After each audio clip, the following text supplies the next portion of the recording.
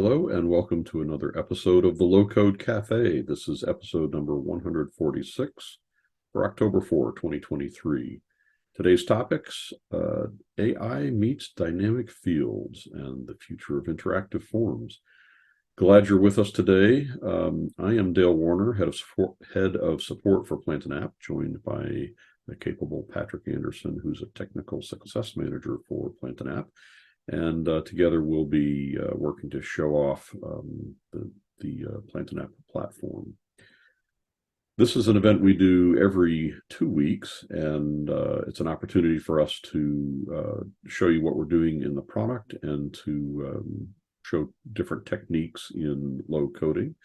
We invite you to wave your hand and let us know that you'd like to be a guest speaker. If you have something that would be of interest to our community, we'd love to host you. All these episodes are recorded and put out onto our YouTube channel, youtube.com/plantandapp. So do sign up for those and hit the alarm bell so you know when we post new content. Today, we're going to do a brief from the trenches segment. I'll talk about a few hot fixes that are coming out, and then we'll spend most of the time doing low-code development. Do engage with us. You can chat or use the Q&A form or raise your hand. And when it's all over, let us know. You can use the feedback form to let us know what you think, what you'd like to see next time. Our next episode, live episode, is scheduled for October 18th. So be here for that. Patrick will be presenting. And so let's look in the trenches of support. There are 4 hotfixes that are being released for version 1.25. They should already be available to you. There are 3 of them that relates to our form builder product, so you can get 1, 2, or all 3 of these. The first one is a breaking change we're having to do with our execute actions for each list entry. If you've used the context behavior option, a few of the possibilities for that have changed. We've made it match our documentation. It wasn't running correctly. So if you happen to be using this and you install this, you'll want to look and see where you've used execute actions for each list entry and make sure that you didn't have any change of behavior that you were counting on. At least now it works as documented. If you use Google recaptcha, and if you're not in an English-speaking country, we've added module language code so that you can select when it pops up, instead of it saying I am not a robot, it says that in whatever language. And then in Form Builder, the drop down with checkboxes and the checkbox list control weren't triggering the on-change click logic, which would be annoying for anyone trying to wire in some JavaScript to either of those field types. So that's a fix. And then the last one is that our listing builder changed so that we've changed the way that we filter listings. Not the way. The query string is used to filter listings, and the name of the filter has changed slightly. We used to do it by module ID, and now we do it by prefix. And we've added some backwards compatibility so that things will work a little bit better if you happen to be have code that used our old format. And then we also fixed, if you happen to use the inline editor of listings, we were losing a value when you changed the sort or the page, and so that issue has been resolved. Every Friday we get together for a event we call Low Code Campfire. It's the same hour, 10 a.m. Central Time. And so we invite you to join us for that. The links to do that are here, and I'll ask Patrick to put them on the chat. I think he already has. But you can sign up for Campfire. You can get to our webinar recordings. You can take a look at our community portal. There's chances there to get your questions answered or to sign up for some live help. And then we have our webinar feedback form that you can tell us what you think about this and where we should go next with the Low Code Cafe. Today's topic is going to be all about dynamic fields. So we've put a couple of links to the documentation, but also the previous episode, because this episode builds on the last one. So with that, let's get on to hands-on low coding, and we're going to unleash the power of dynamic fields. In our part one that I just referred to, we built a form that it happened to use JSON data structure, but based on the JSON that was present, it would populate a form that changed the way the form was presented, giving different fields and different field types. So the data was driving the way the form was being presented. We'll take a look at that in just a second. But today we're going to take that same concept a notch higher. We'll use that same structure, but link it up with artificial intelligence and get what I think is a truly interesting result, where the application morphs based on the answers that a job applicant submits. So we'll get into that. So let's take a look at our previous work. We had a job application, and this is what we built in our last episode. And let's see, I'm not logged in here, so I'll get logged in. And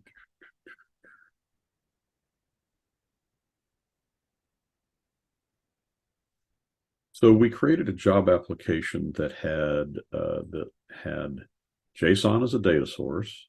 We used dynamic fields to build the questions, and then we processed the answers that come out.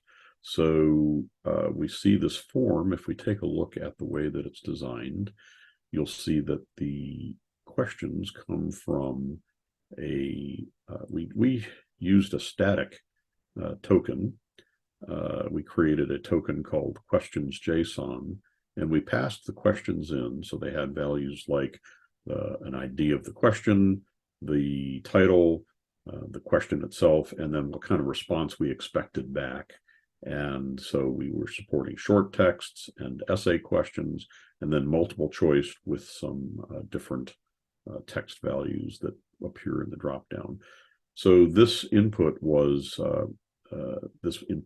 drives the application, and so we end up getting these questions back, and then we can say we can answer it. And this is there's a drop down, and then we also handled getting the information out. So we have our 3 fields that were prompted, and we got the answers out, and we were just displaying them. So that's the work that we did. So the goal for this episode is that we're going to enhance that same application. We're just going to pick up and continue with it, and we're going to enhance it with artificial intelligence. In order to do this, we're going to build out the application a little bit. It's going to have a job posting that'll have a job description. We're going to have an applicant so that we can save their answers to the questions.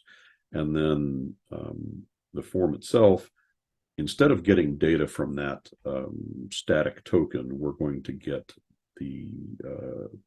the questions that's going to be asked. We're going to get those from artificial intelligence. And that's why I went, I think some of you had questions last week, why I went with doing that by JSON. It's relatively easy to get nice structured answers out of AI from JSON. And so we'll take the JSON prompts from AI and use those as our questions. And then we'll save the questions and answers to the interview questions entity.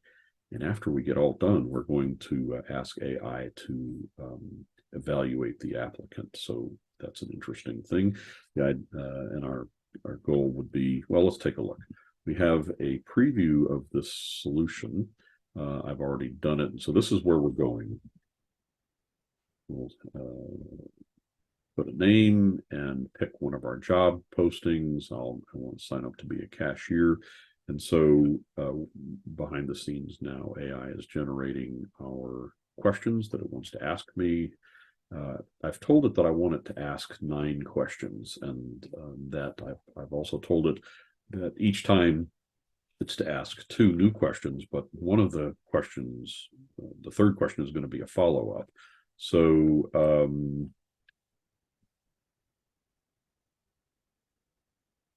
we'll answer these questions.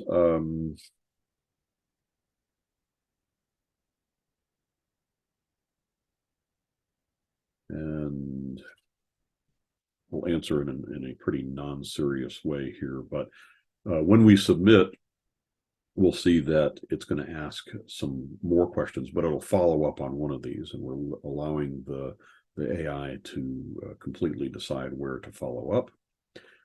And it also determines the question types that it's going to answer to ask. AI is going to add some delay here as we wait for the responses to come back.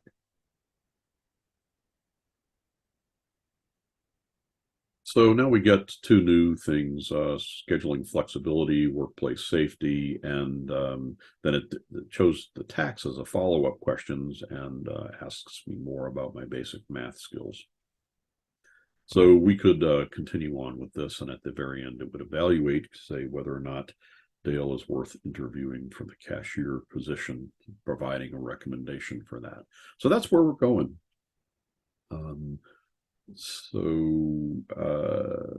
And how we're going to get there.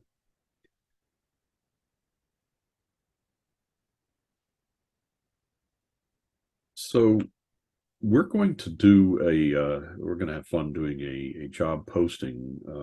We can use the cashier one that I came up with, but if anybody has a suggestion about what might be an interesting job to apply for, and you want to post a link to that in the chat, I will. That will be helpful. We'll use that and show that this is a real live webinar. And then, Patrick, if you would take a look at what comes in and choose one when we get to that spot, we'll use that. Sure. So, just a couple of notes as we start low coding. This is a simplistic implementation, meaning I'm not going to worry about error checking, or maybe you might design something that would be more secure or things like that. This is just to illustrate what we can get done. So it's a little simplistic. And then just my style is I like to use an incremental approach. So you'll see me, we could design things from the start and just finish, produce a final product. I'm going to do some steps along the way. So we'll see the progress as we go. So with that, the first thing that we're going to want to do is to create an entity, and it's going to have things like this, where we have the job name. For a job, we're going to have the name of the job, the description, the number of questions to ask, how many new questions every time, and total follow-up question, or number of follow-up questions. So that's how we're going to get it to behave. So let's start defining some entities. We're just going to enhance the one we started with last time, so we'll start right in here.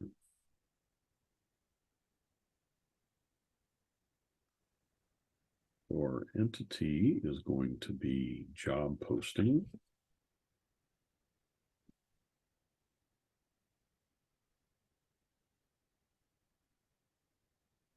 And I'm just going to leave them displaying right on the home page. Obviously, you'd want a better menu structure than this. But the types of properties that we're going to want, again, we're going to have a name, and that's going to be a text box, and we'll also have that be our display property. And we'll do true, which will be a large text. We can handle a lot of stuff. We are going to want, this is going to be the total number of questions we want AI to ask before it goes on to evaluate the applicant. And this will be an integer. With every round, we want it to ask this many new questions. That will also be an integer. And how many of them are going to be, how many follow-up questions we want to ask from the previous one. So we'll do that. So each job can be a little bit different. Each job posting could act just a little bit differently. So that is our entity. And so we'll save that. And then we'll go on and do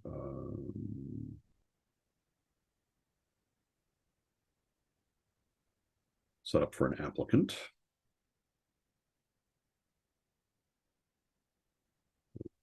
Do entity for that.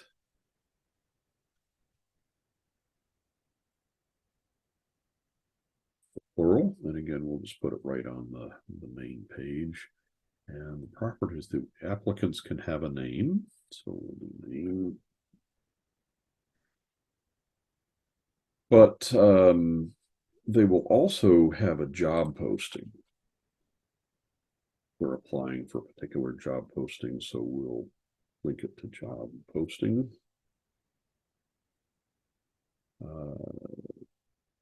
At the very end, we're going to store the interview recommendation, and that's just going to be a text field.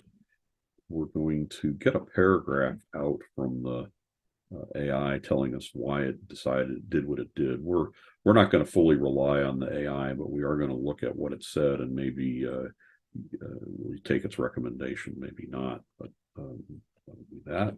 And the questions that are currently going to be asked, we're just going to store those in here as well. So as AI comes up with the questions to ask, we're just going to stuff them, connect them with the applicant. So we have name, job posting, interview recommendation, recommendation notes, and the current questions. So save that off. Oh, we have to select. We'll say that the name is the display property. And the last one we want to do is the interview questions.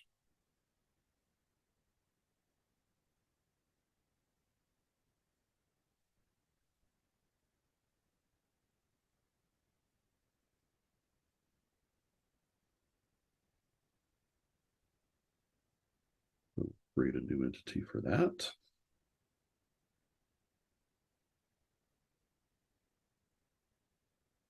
Things that we need here are going to be that we want to connect it with an applicant.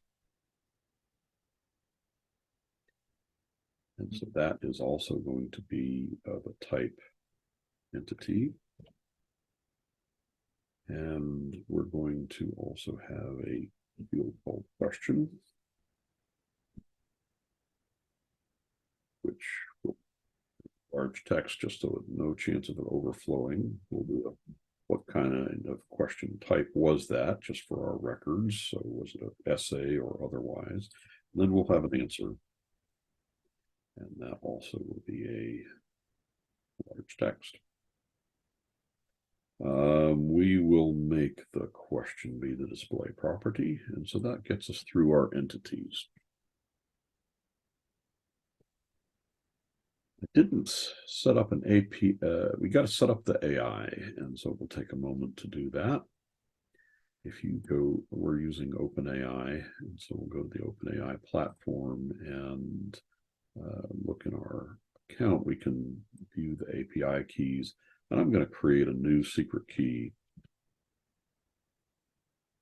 If you're watching this in replay, don't get too excited. You're not going to be able to use my key because I'm going to delete it soon. Okay, so within Plant an App, you can create a connector, and that's where you use the API key. So the connector's name, the type of it, it's going to be a, I didn't install OpenAI, did I? Okay, detour. We'll go to our updates and install the package. In order to take advantage of AI, you have to, we just, and now I'm in trouble. The package isn't installed and I've got to go find it. So give me just a second for that.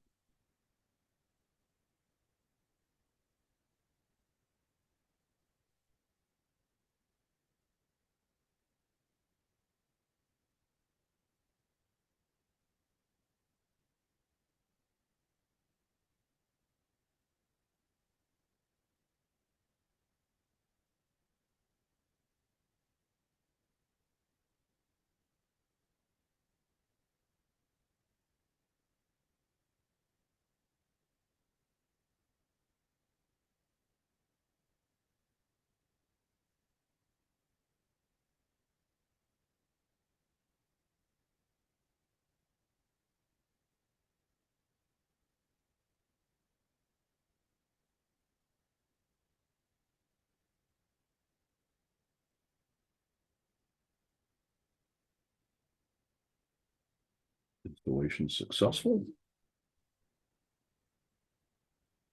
So this will give us the connector and the actions related to OpenAI. If you don't have that and your license supports it, we will be happy to give you this extension.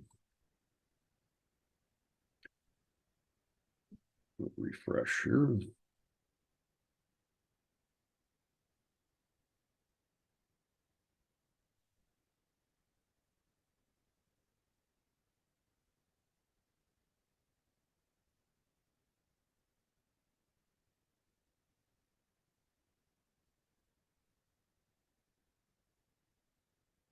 Back to connectors, we do a new connector and we pick the OpenAI connection, which is there now. This is going to be GPT-4, is what we'll name it. And it's going to give us a hint here. We need to use GPT-4 as the type. I like GPT-4, very good. Let's make sure I get the right key here. Most of them.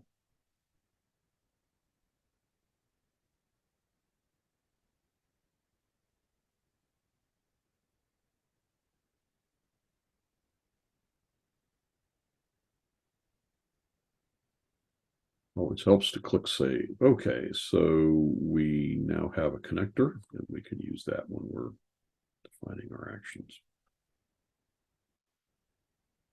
So we're going to need some new pages. One is going to be to begin an application, and the other one is going to be to evaluate an application. So we'll use our pages module to do that.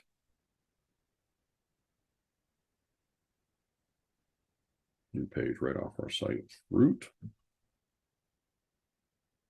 This is going to be available to everyone, but editable by our developer roles.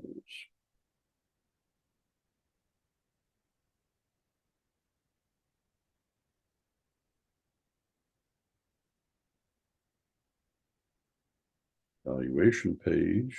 This is only going to be available, not going to be available to standard users, but will be, whoops.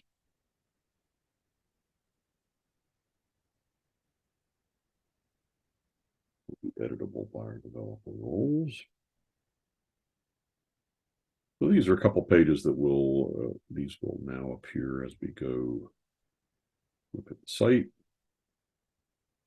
We have all the stuff we've been building up, the application, postings, applicants, questions, our new application page, and our evaluation page. Lots of stuff here. So the first thing that we're going to want to do, we'll get right into some AI. We're going to create a workflow for the applicant, and this is going to take some instructions that are based on the job posting, and then we'll store those questions back into the applicant so that they're available for us to use in the dynamic form. Right now, I'm just going to do it based on the job posting, but later on, this is part of the development we'll add the questions and answers. So this is going to be a workflow.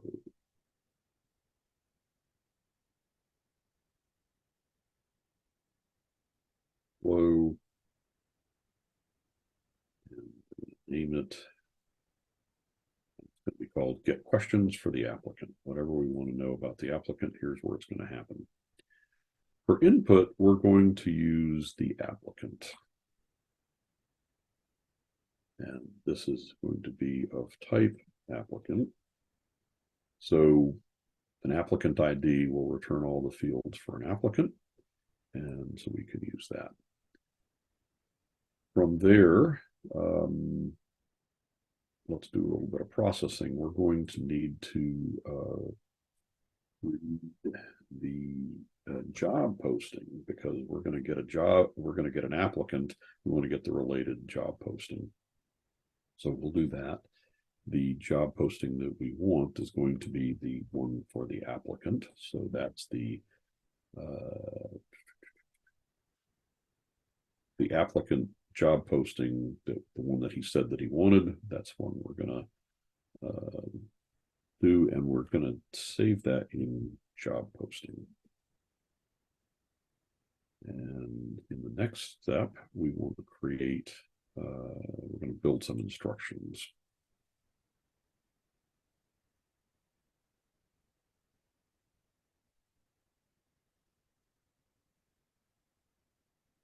And this is going to be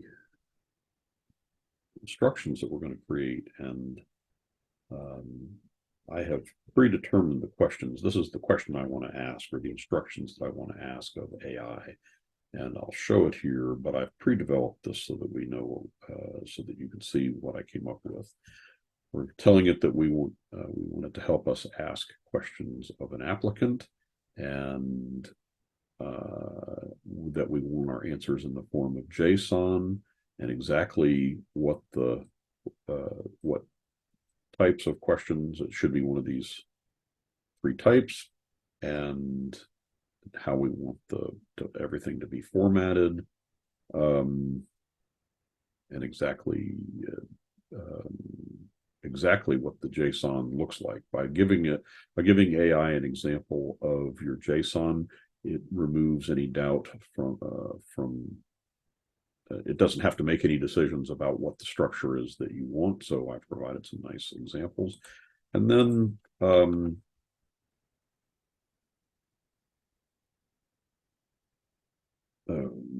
I'm gonna so we have the job posting here as well. So we get the information. Since we read the job posting, we can get the name and the description. So that's how it knows what to do.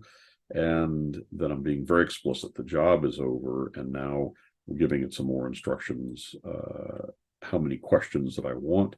So the number of new questions and the number of follow-up questions are being passed to it. And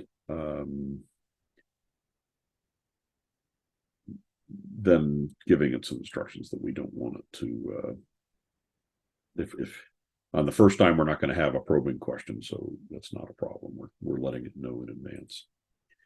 And then what we're going to do then is, well, let's take a break here, and we're going to put a nice debug output that that will just have our instructions, just so that we can see that our instructions are in good form before we go on to working with the GPT. So now we got to stop and make a job posting, and so we can go to job postings and add a record and an applicant, add a record there as well. So let's see, we have a idea for a job posting. So this is going to be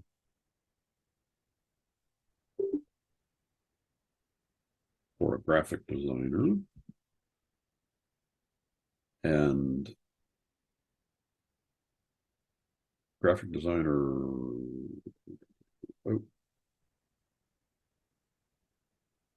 looks like there's several different ones of them here in this. So we'll, I think you wanted the design visual content one, right? oh, maybe I haven't.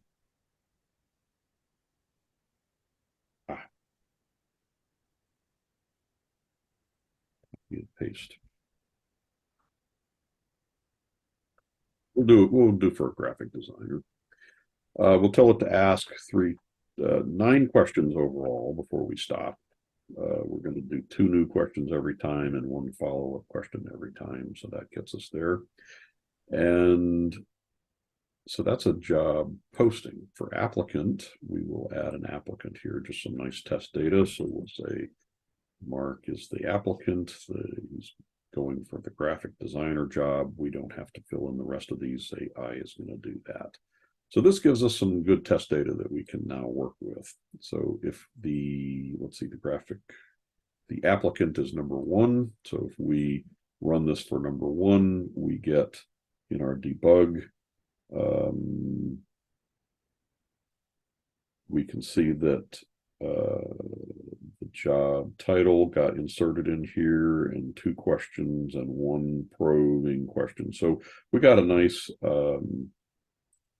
we have a nice question ready for AI. So we're in good shape. So now let's get AI to do some work.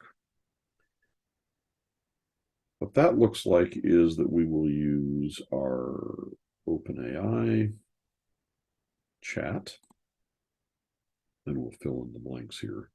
We're using the GPT-4 connector that we already did. The instructions we're giving to it are the instructions that we just developed. And we want some output, and that's the output. It was going to be stored in questions JSON. So this will do the chat for us. And now that we have questions JSON, we're going to want to put it somewhere, and that's back on the applicant. So this is our way of passing it back to our dynamic form. So we will do a partially update the applicant.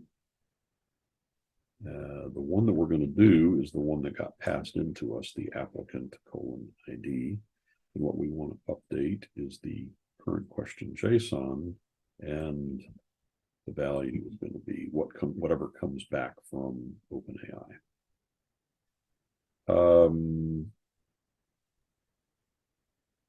We no longer need these instructions, so it might be informational, just fun to see interactively what comes out of this. So if we save and test this and run it again for our same applicant, it'll take a minute for AI to answer, but we'll get the first 3 questions, hopefully.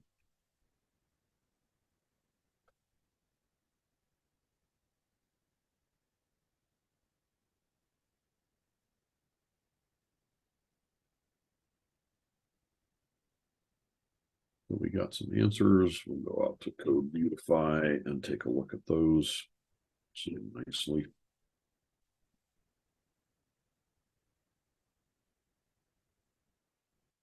So we got 4 things. It looks, we would ask about design experience, creative software, design appeal. So all these questions, of course, are based totally on AI. We didn't tell it what to ask, but it's asking things relative to the job posting. So those are good to go. And if we look on our applicant now, those same questions are now in this field. So we're ready to go to the job application and get them from here instead of the static one that we had before. So let's go to our job application, and we'll edit the form. What we're going to do is change this to say applicant equals 1.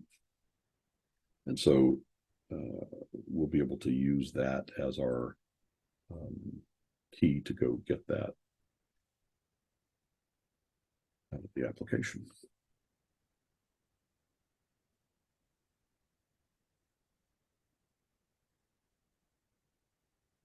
So previously it was done in this create and update, this static thing, and we were storing question JSON.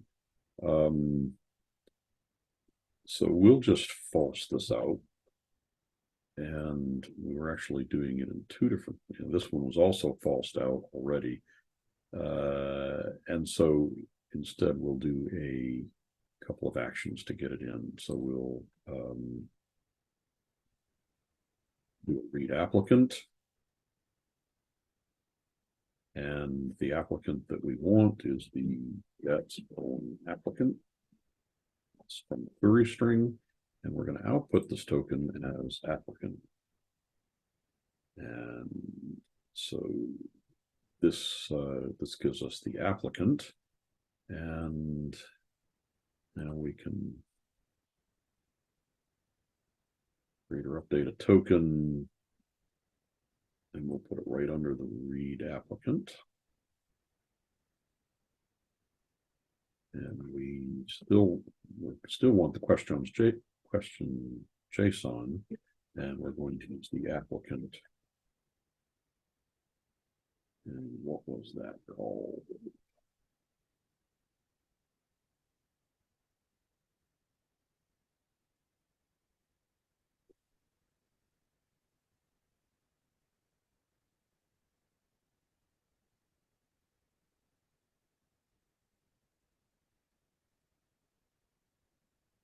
Yes, the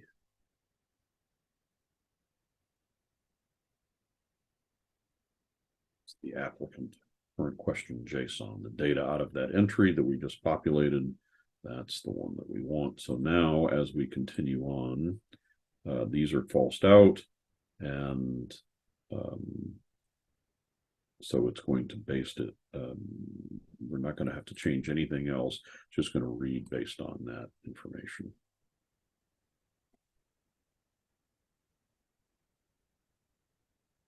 So now this same engine that we built last time using dynamic fields, it's pulling the questions from this table. So now it's asking us about design experience and creative software and design appeal.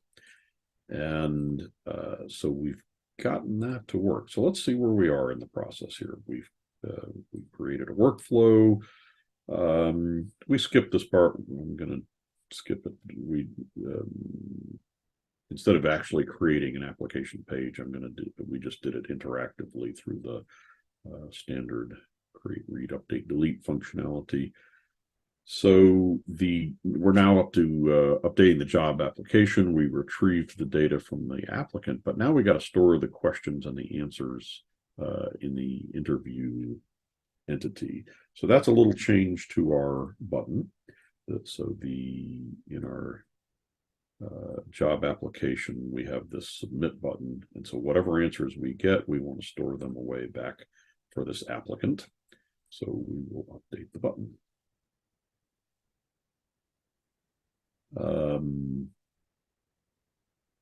Yeah, before we do that, we've already demonstrated that we've got logic in here that is already iterating through all these questions and getting the questions and the answers available to us. So we're just going to be able to hop right into that existing logic from the last time and modify those. So let's see where we do that. First of all, let's take a look. This is falsed out, so this doesn't do anything. We were going through, we got our, we were updating and output values. We got a list. This creates a list of all the questions that came from the input in the first place so that we have something that we can iterate over. And what it's doing is it's creating this token called output values. We're not going to need this anymore. We're not going to output this output values anymore. Instead, we can just false this out so it doesn't do anything. But instead, we are going to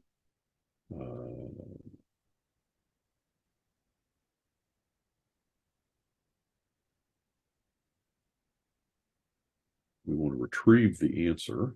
And so that is going to be a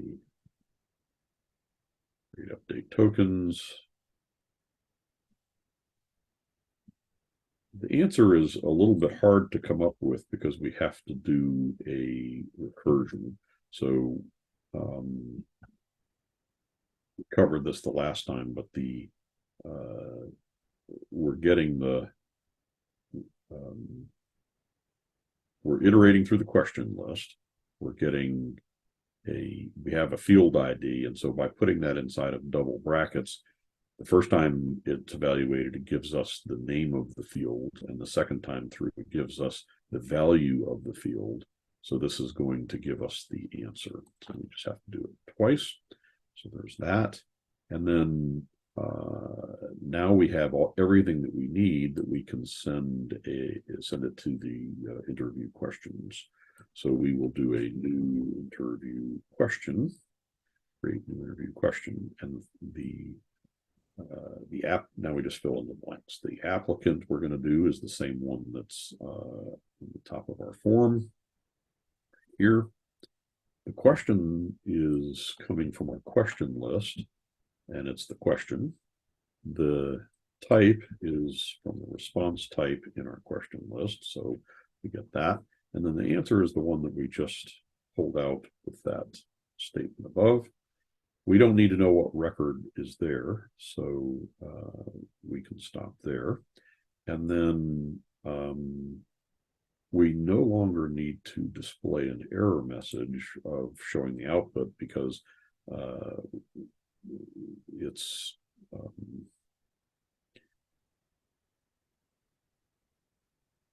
because now we're going to be doing other things besides just displaying an error message. So this much, just this much, again, I'm kind of taking an incremental approach here, but now when we click this button, instead of coming up with an output, it's going to take our answers and store them away. So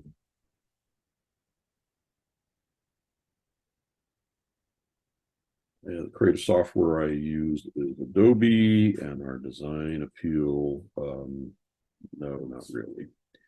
And so if we've done our job, these answers are now going to go to our interview questions so that we have the question and what kind of question and the answers. And so now these questions and answers are available to use for other things like informing the AI for doing more work. So let's enhance the AI a little bit. If we go back and look at the workflow that we developed, we just need to enhance this to provide these questions and answers to the AI. So let's make a little room to do that.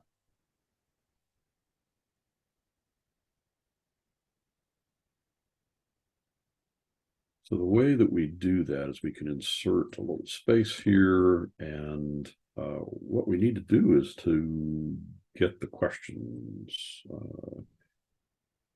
and that's going to be, we're going to get it from the interview question. So we can do this with a create list from SQL action. Create list from SQL. What we're really going to do is to create a list called question list. The SQL query that's behind this, and I've pre-developed this just in the interest of time, but we're going to get all the questions and all the answers out of interview questions where the applicant is equal to the applicant that's being passed in. And so now we need to pass the applicant in. That's coming from our input parameters, which is the applicant ID. So this is going to give us a nice list called question list. Name it here, question list. So now we can use that in a later step.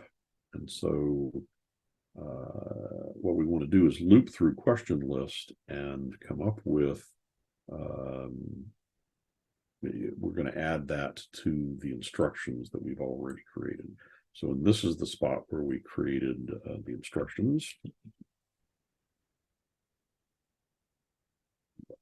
Make a space, and we'll add those instructions by looping through. So we'll use execute actions for each list entry.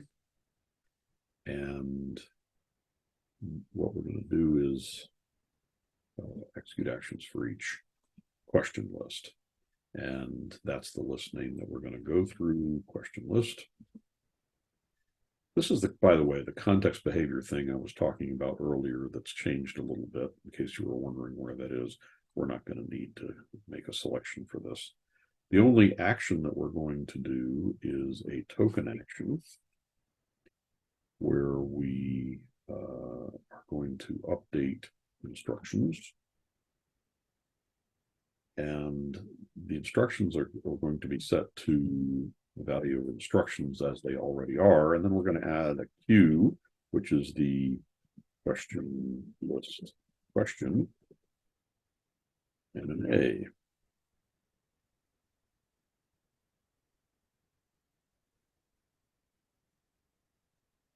So for each question that's there, it's just adding that to the bottom of the instructions.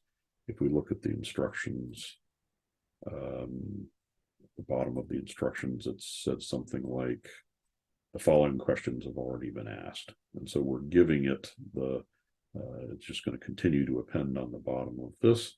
And so now the AI is able to take that into consideration. So I'm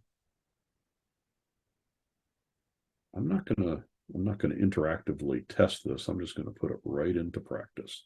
So if we go back to our job application, and we're at for applicant equals form. It hasn't gone on to new questions because we haven't run that yet, but we're going to modify this.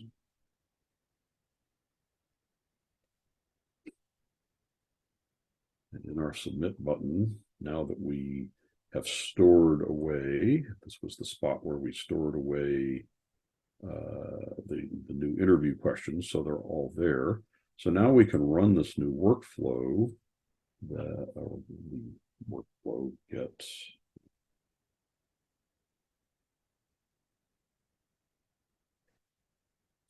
get questions for applicant, and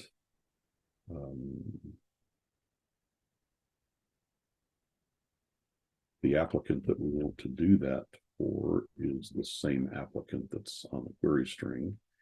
And then because, so this will execute and it's going to create new questions for the applicant. And then the default behavioral form, if you submit it, is to just show the same form at the same page again. So by dropping out of the bottom of that action list. So I'll answer these questions again, just so that we can get that submit button to work.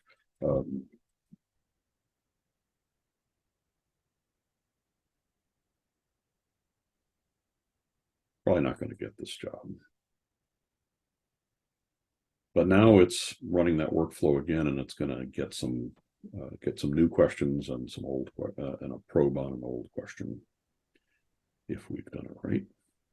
And then our same dynamic forms engine is going to generate the forms for us. So now it's probing about Adobe, since I said Adobe. So what other software am I proficient with? It's not very relevant.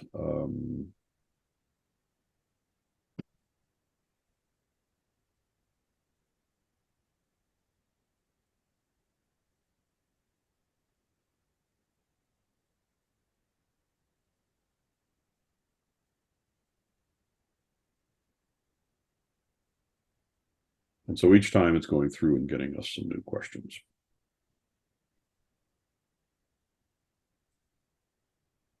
So while that's generating, we'll take a look at what else we need to do.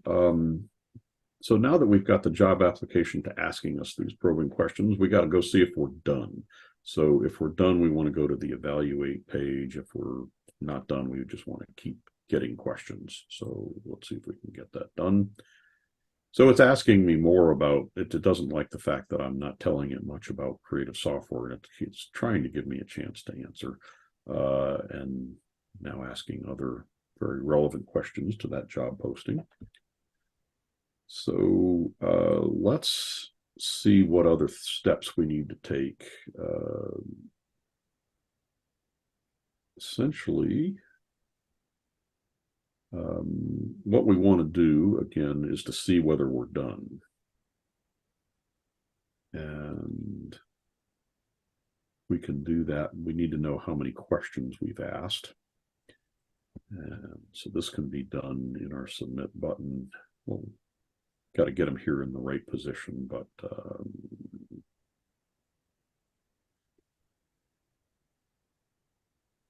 actually, for convenience, I'm going to create an execute. we'll put them all here in an execute actions, and then we'll move it into the right place. So put it right up here. As soon as we've saved the answers, we're going to see if we have enough done. So how many questions have we asked? Done logic. And so the first one we're going to want to do is a SQL query to see how many we've done. And it looks something like this. How many questions have we asked? The query, we'll just query the question database, the interview question database for the applicant. And we'll find the applicant in here. So we use whatever applicant we're talking about, we'll pass it in. And the answer we're going to get out is going to be called asked. So asked at the end of this is going to be how many IDs we have out of there from the applicant. So that's going to tell us how many we've asked. And then we got to go see if we're done. And in order to do that, we need to get to the applicant and the job posting. So we will add the applicant. And the applicant that we want is the query string. It's going to output all those to a token called applicant. And then we also need to get the job posting. So read the job posting. The one that we want is the one from the applicant. And we're going to put that into a token called job posting. So now we have access to all the job posting information. And now we can decide whether or not we've asked enough questions. So we will do a redirect. If this is true, we're going to go somewhere else. And I'm going to do it the lazy way here, do it by URL. But the condition is going to be, we want to know if we've asked enough questions. Well, earlier we had, we got that how many we've asked. And if that's greater than the number from the job posting, then we can go somewhere. And now I'm going to drop away here on another tab and find out the URL we need to go to. This is the evaluation page. So we're just going to go to this evaluation page and continue to pass the applicant.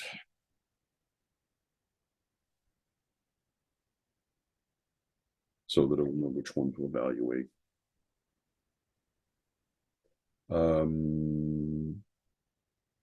Yeah, and then if it doesn't do that, then it's going to go get more questions and keep asking.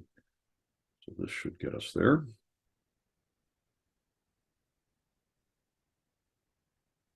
So let's ask 3 more questions. I think this will be enough to get it. What's some other design to AutoCAD?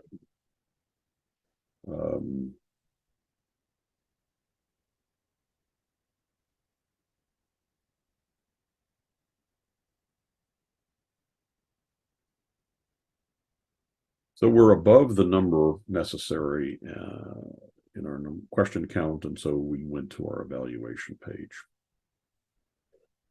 Okay, so now the last step, evaluating this, and we could do a nice form to do it, but in order, the thing that we really need to do is, this is going to be a workflow, and it's very similar to the workflow we've already designed, so we can take advantage of that. So I'm just going to duplicate this workflow, and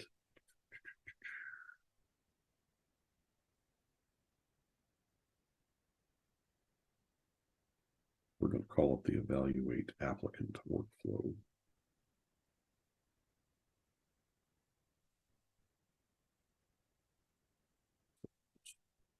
Made a copy of that one for us, and we're going to just say evaluate applicant. We still need to read the job posting. We still need to get the questions, but the the instructions are going to be different. The instructions for this are going to be something like this. Instead of asking it to come up with questions, we're going to say, you'll help me evaluate a job applicant. We want two things to come out as JSON: the interview recommendations with either interview, do not interview, or unsure, and then a recommendation notes. These line up nicely with the things that we said that we were going to record. And so we get a 1-paragraph evaluation, and now here's where we put our job posting in and the questions and answers that they've given us in the same way. So now we have these different instructions, but we're still going through the question list and adding those to the instructions. So finally, this chat runs and it's going to give us an output. And the output that we get from this is we're going to want to store this in something called evaluation JSON. Doesn't matter what you call it, but that's what we're going to do, put it into evaluation JSON. So we get a nice answer, and then we need to parse that. So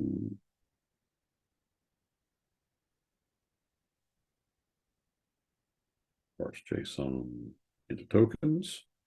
We're going to take that evaluation JSON that we just got out of the chat, and we're going to store it in what we call evaluation. So this is going to give us access to the pieces that it just came back with. And now when we update the applicant, instead of, we're no longer going to update the questions JSON, that was from the other one. Now we want to update the interview recommendations and also the recommendation notes. And those, based on that parse JSON we just did, are going to be in the evaluation interview recommendation and the evaluation recommendation notes. And that's it. A quick change to a copy of this, and it's ready to go. And if we test this out, we're not going to be able to, let's see what we'll do. Evaluation on that applicant should send all the answers to the questions and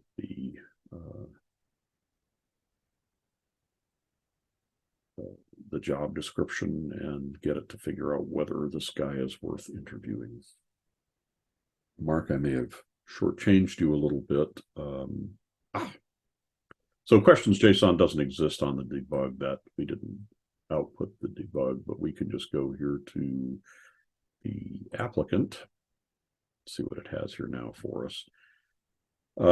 So we came up with a recommendation of do not interview, and that we don't meet the requirements for a graphic designer. And it tells us a little bit about why. So in theory, you put up an application like this and let it weed through, make some recommendations, and then you can decide who you want to interview. Just one interesting use case for a combination of dynamic fields and AI. I think if you give it some consideration, you could think about different ways to implement this kind of back and forth that would make it much more of a probing and interactive experience. Let's see, we did get one message, just a pretty cool message. Thank you for that. So just an interesting use case for a combination of AI, dynamic fields, and low code. We're glad you joined us for that hour, or that was a tight one, and I had to do a lot of copy pasting. So hopefully, we have a question from the one question. Oh, yes. Raising your hand. Nope. Okay. Good. So thanks for joining us for that. Patrick will have a great session for you in 2 weeks from now. So we'll be looking forward to that one, and we will see you then. Thanks.